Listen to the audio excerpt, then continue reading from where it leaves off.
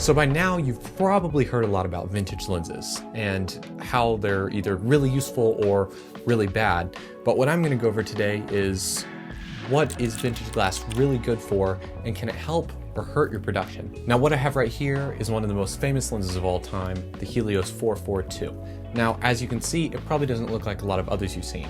Currently, there's an EF mount on it. However, if I twist it off, we can reveal the actual mounting system used in the lens, the M42 screw mount. Now, a lot of these vintage lenses come with these M42 screw mounts, which are pretty easily adaptable to most mounting systems. Right here is my EF adapter that just simply pops on and screws in. Now, the next thing I have modded on this Helios is this focus gear ring. This one, I forget which brand it was that I bought it from, but it's just a 3D printed piece of plastic that fits right on these little parts right here. Just find the spot and you kind of punch it in. This works pretty well for an adapted cinema workflow. Now, this right here is an 82mm front filter thread. The reason I chose this was for the Sirui anamorphic adapter, so I could easily adapt any of my spherical lens to anamorphic, but it's also nice to have a very large universal filter size. That way I don't have to keep a bunch of step-up rings around and be changing it all the time. I can just easily pop on and off my filters or the adapter. So what are the pros of using vintage glass? Well, as I just showed, they're pretty much all super small. Here's a 28mm lens that, again, is probably about the same size of the Helios, if not slightly larger. Again, I still have some of the attachments on, but it's quite useful to have small lenses in your arsenal, especially when you're trying to shoot on a gimbal a lot or handheld and you just don't want to be carrying around a heavy rig all the time. Now, something that I find incredibly useful about vintage glass is declicked features such as your aperture.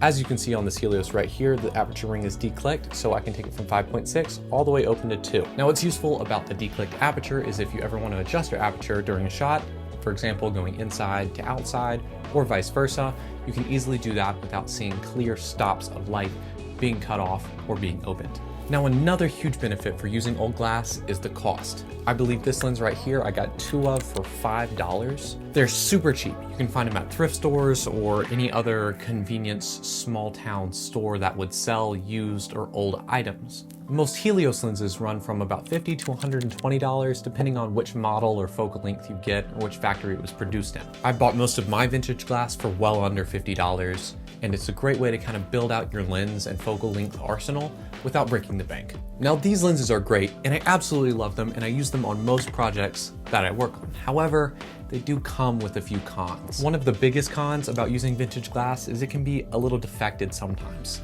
This lens I'm holding right here, which is a Sunset 135mm, I believe I got it for about $10, has a bit of fingerprint markings on the very front of the glass and a bit of spot and fungus on the inside. Now, that doesn't stop it from making it a good and useful lens. I still use it all the time, and in fact, most defects like that won't affect your image all that much, especially at long focal length. However, it's something to definitely consider when buying old and used glass. Unfortunately, one of the biggest cons when using vintage lenses is no autofocus. Unfortunately, most of the glass is too old to even have that kind of technology. It's part of what makes it light and easy to use and comes with all of those other great benefits, but that means you will have to either adapt your lenses with these gears, so you can use something like Raven's Eye from DJI or some other kind of a LiDAR sensor to autofocus your lenses. However, those aren't perfected yet and still have a long way to go before they even start touching most typical autofocusing lenses. In my personal opinion, the main reason people even shoot on vintage glass is for the look alone. I certainly use lenses like the Helios to add fall off to the edge of the frame, swirly bokeh, and a bit of bloom. One part people don't really take into consideration when trying to emulate film is the lenses that are used. A lot of things like halation and bloom sometimes aren't necessarily an effect from the film.